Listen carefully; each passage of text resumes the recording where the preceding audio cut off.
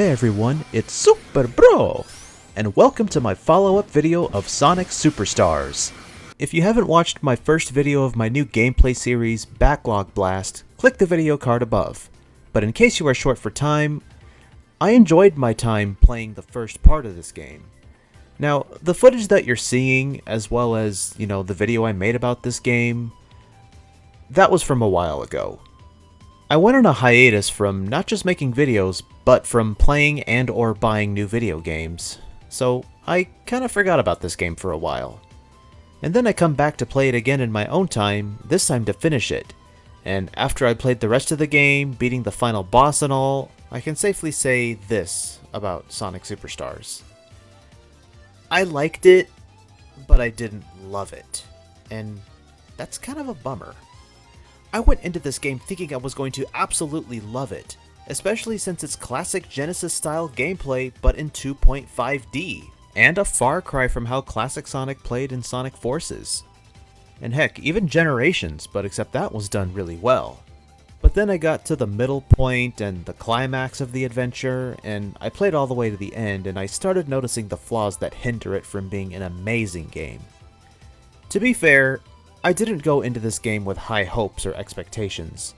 I'm not one of those people who will hate a game over it not meeting any expectations. You guys gotta understand, I was going into this game as someone whose fondest memories of Sonic the Hedgehog stem from the classic games. In terms of playing Sonic games, most of my playtime was spent on the Genesis titles. And yes, I'm going to include Sonic Mania, which perfectly replicates the classic gameplay from the 90s.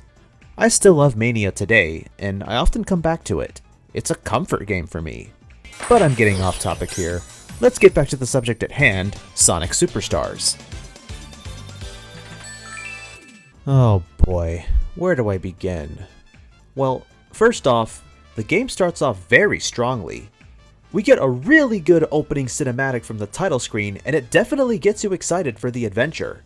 And right from the get-go, you start the story mode, and you're given the option to select between 4 different characters. Kinda brought vibes of Super Mario Bros. 2. The plot of this game is pretty straightforward. Goes back to the original Dr. Robotnik/Eggman enslaving innocent animals to operate his Robot Badniks plot, but with a couple of extra details.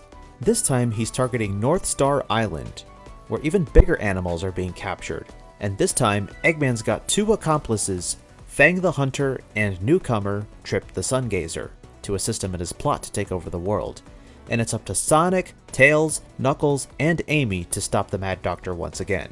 Like I said, pretty simplistic plot, but as you play through the story more and more, you get treated to these little character interactions. Like we get to see that Trip is a bit on the clumsy side while working with Fang, and then she becomes acquainted with Amy for a bit, and then to the game's climax, she stands up to Fang for treating her so horribly, undergoing a super form, saving Sonic and his friends from Fang's giant robot, and then she becomes an ally. Trip was definitely a compelling character, and I loved seeing her go from an enemy to an ally, and that's really the only thing I can highlight when it comes to story. Other than that, it's basically just Sonic vs. Dr. Eggman like the old days. After all, Sonic Superstars is a classic Sonic game to its core, so let's cover how it plays. When I first got into the gameplay, I felt right at home. Sonic's got the same feel and control flow from the days of old, and it was like a dream come true. Not since Sonic Generations did I enjoy 2.5D classic Sonic this much. Definitely puts Sonic 4 to even greater shame. Yep, that's pretty much a dead horse now that we have both this and Mania. He runs, jumps, rolls, and spin dashes. Then we have the return of the drop dash, which Mania introduced, and it's implemented very well for this game, and I have just as much fun using it. Really the only skills that Sonic doesn't have access to are the Insta-Shield and Super Peel Out. But as much as I love those 2 skills, I don't mind their exclusion. I mentioned before that you can play as Sonic's friends, so how well does that fare? Well, Tails hasn't changed much either, since he can fly for a bit after he jumps, allowing you to traverse obstacles below you, as well as carry a friend with you in co-op play. And of course, he will tire out if he flies for too long. Knuckles can glide in the air and climb up walls, at the cost of his jumps feeling heavy and being left vulnerable after cancelling his glide. He can still bust through walls by simply running, which I have always loved. And then we got Amy Rose, which to my knowledge is replicating her Sonic Origins counterpart.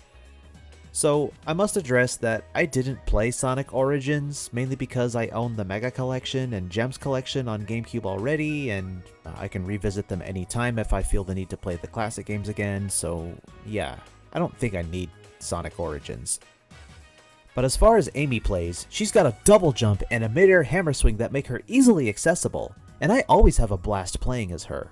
So yeah, 4 characters make for great replayability, and I love when games do that.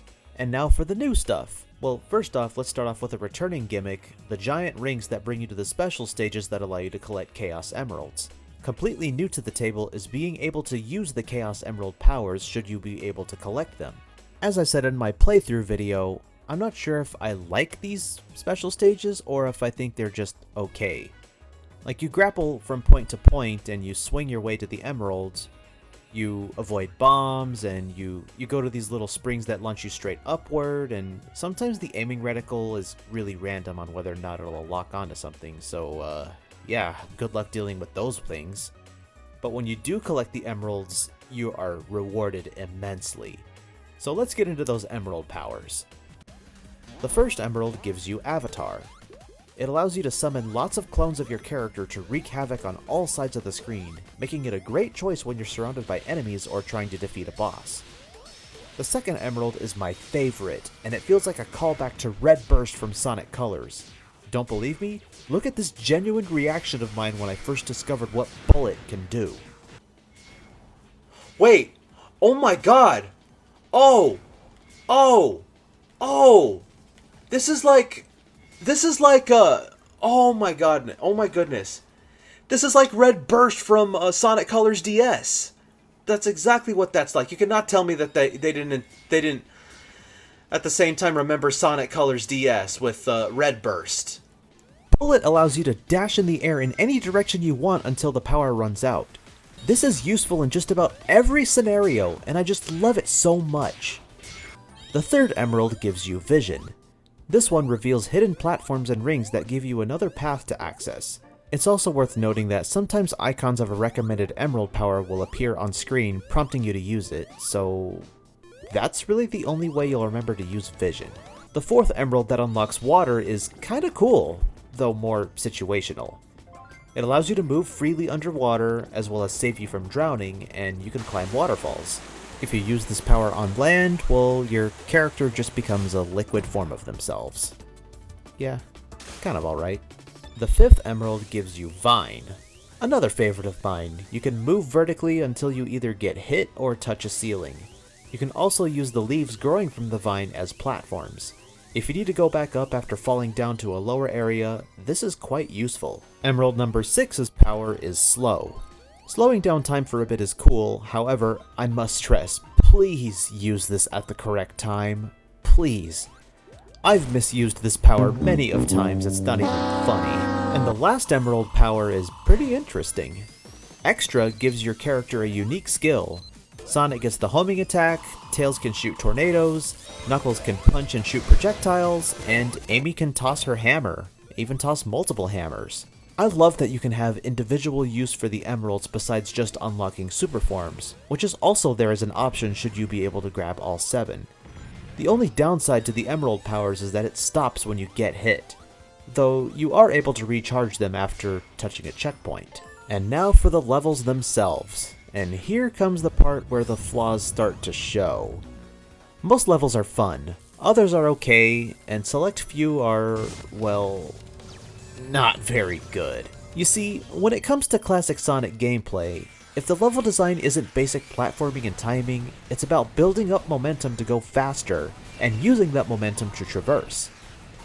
There are points in the levels where I feel like you get punished for trying to speed through. Slowing down is already a sore subject when it comes to playing a Sonic the Hedgehog game. You also got a few of those do or die situations which can be a little too daunting. Like in Press Factory Act 2, you have to constantly press switches to keep this drone in the background from overheating and basically nuking the place. Almost feels like Sandopolis Act 2 from Sonic 3 and Knuckles, and even Oil Ocean Act 2 in Sonic Mania, but with much higher stakes. I do want to point out that while the game does feel very original in its level design, it often references gimmicks from older Sonic games, which I can't help but smile at. Like these tunnel sections in Speed Jungle bring back memories of Stardust Speedway from Sonic CD, and those underwater currents call back to both Labyrinth and Hydro City. The conveyor belts in Frozen Base definitely remind me of Quartz Quadrant, especially with being able to change the direction. Heck, Mania called that gimmick back in Lava Reef Act 2. Speaking of Mania, I was reminded of Studiopolis during some sections of Cyberstation, warping from satellite to satellite and all. Though I gotta say, this level's theming is pretty cool, especially when your characters become all pixelated, giving that visual appeal extra flair, I guess. I love this level, it was one of my favorites.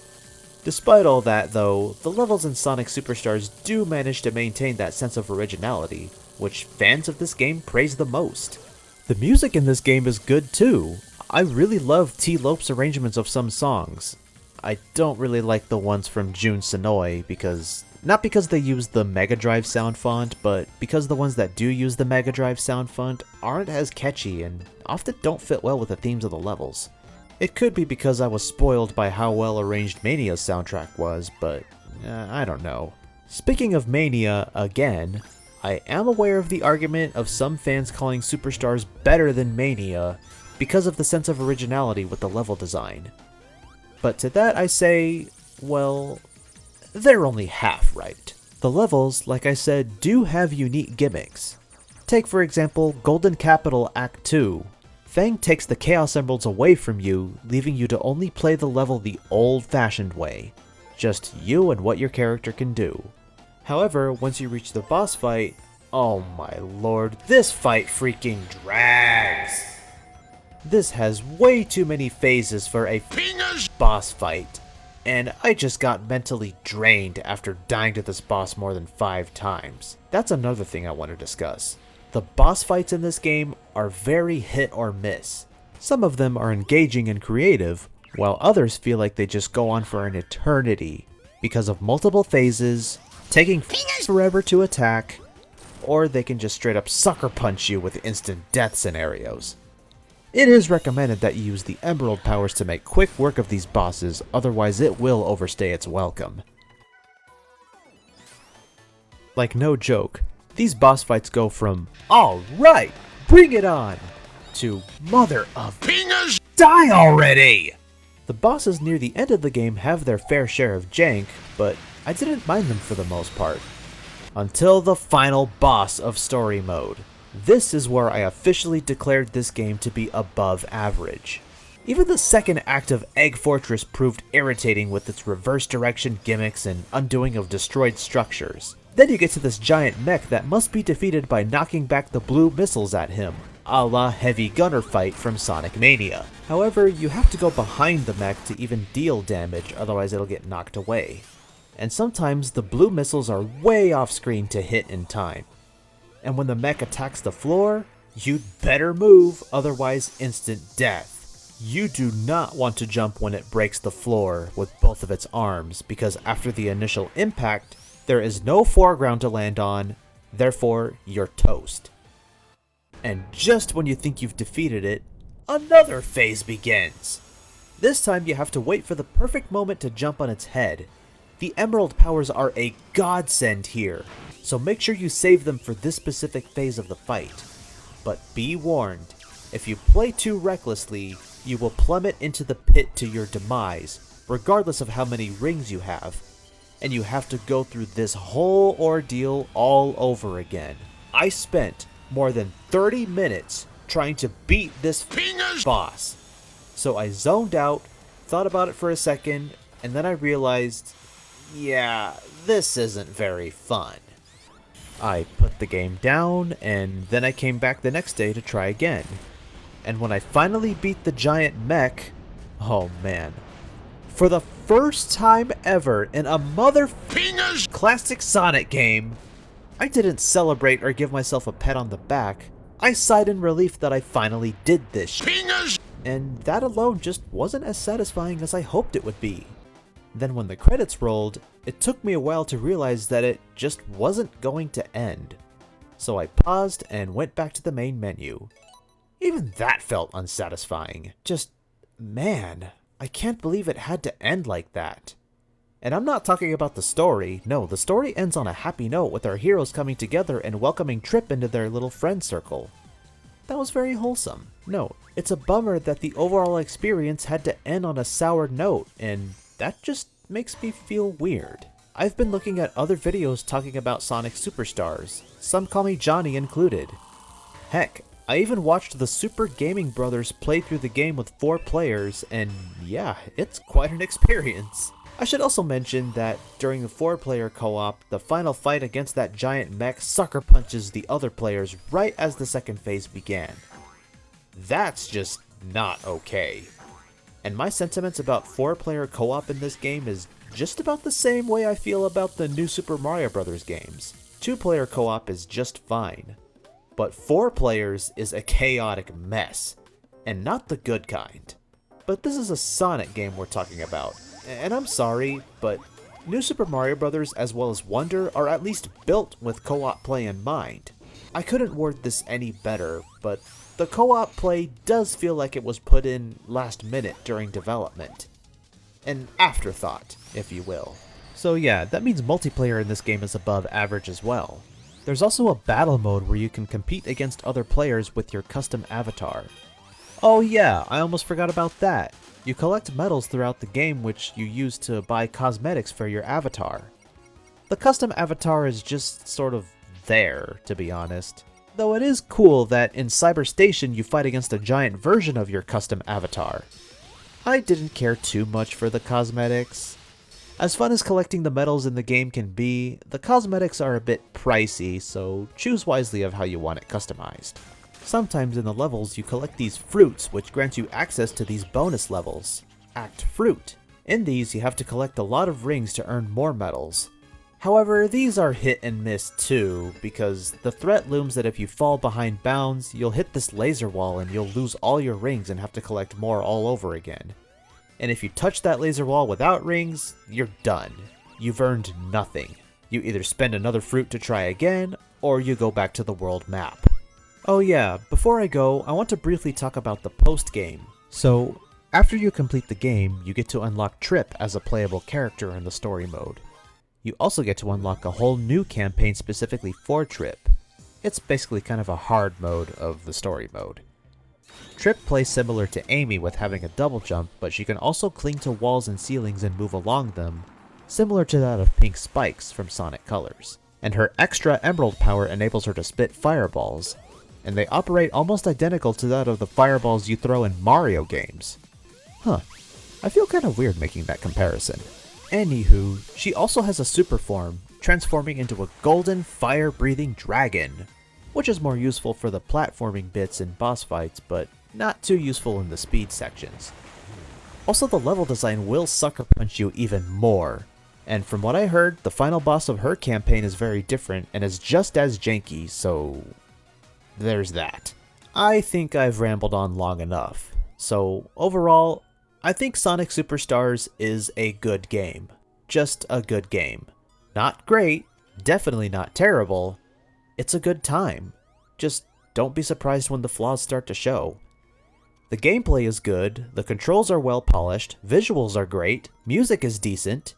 It's just the level design and boss fights are where the game falters. Now, I'm sure some of you saw this coming, but if you're going to buy this game, I wouldn't recommend getting it at full retail price.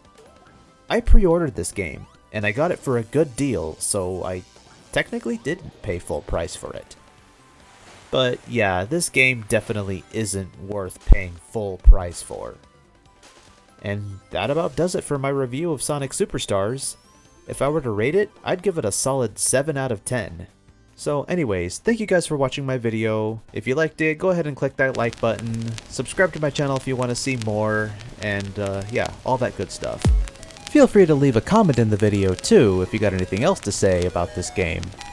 But please, I must stress, please be kind to each other, and I'll see you guys in the next video. See you later. The music SuperBro just Alex turns out. me on.